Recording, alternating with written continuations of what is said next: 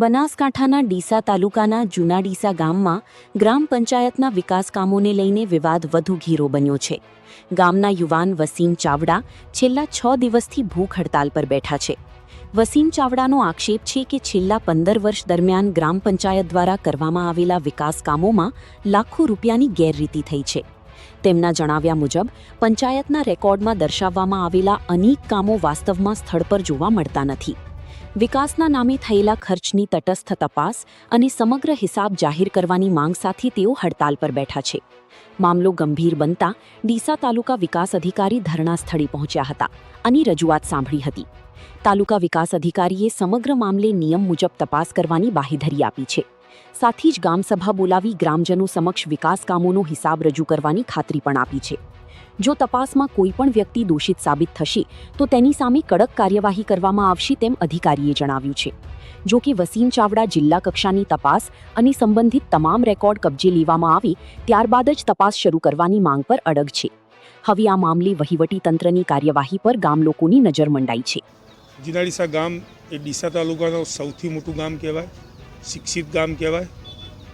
અહીંયા રાજ્યસભાના સાંસદ પણ નીકળેલા છે અને અત્યારના જે ગૃહમંત્રી છે હર્ષભાઈ સંઘવી તેમનું પણ માદરે વતન કહેવાય.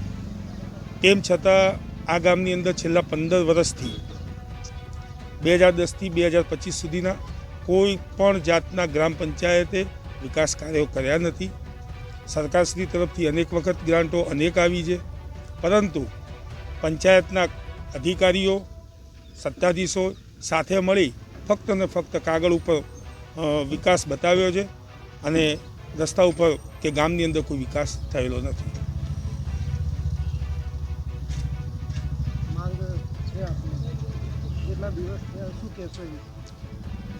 એ સંદર્ભે અમે તારીખ 6 તારીખથી અમે અનશન ઉપર બેઠેલા છે. અમારો કોલ 4 તારીખનો હતો, ભૂખ હડતાલનો કોલ હતો. આજે 5 દિવસ થયા. આજ દિન સુધી કોઈ વહીવટીતંત્રની આંખ ઉઘડી નથી, ખુલ્લી નથી અને અમારી માંગ સ્પષ્ટ છે કે છેલ્લા 15 વર્ષના હિસાબ કિતાબ જાહેર કરો અને જે પણ ગુનેગાર હોય તેમની સામે કાર્યવાહી કરો અને એમની રિકવરી કરો. વહીવટીતંત્ર ઘોર નિંદ્રામાં છે અને રાજકીય દબાણમાં હોય એવું લાગે છે, કારણ કે આ જે પ્રશ્ન છે એને દબાવવાના અનેક રીતે કાવા દાવા થઈ રહ્યા છે. સામ દામ દંડ ભેદ બધો ઉપયોગ કરી ચૂક્યા છે અને આવનારા સમયમાં કરવાના પણ છે. મારું નામ વસીમ ચાવડા.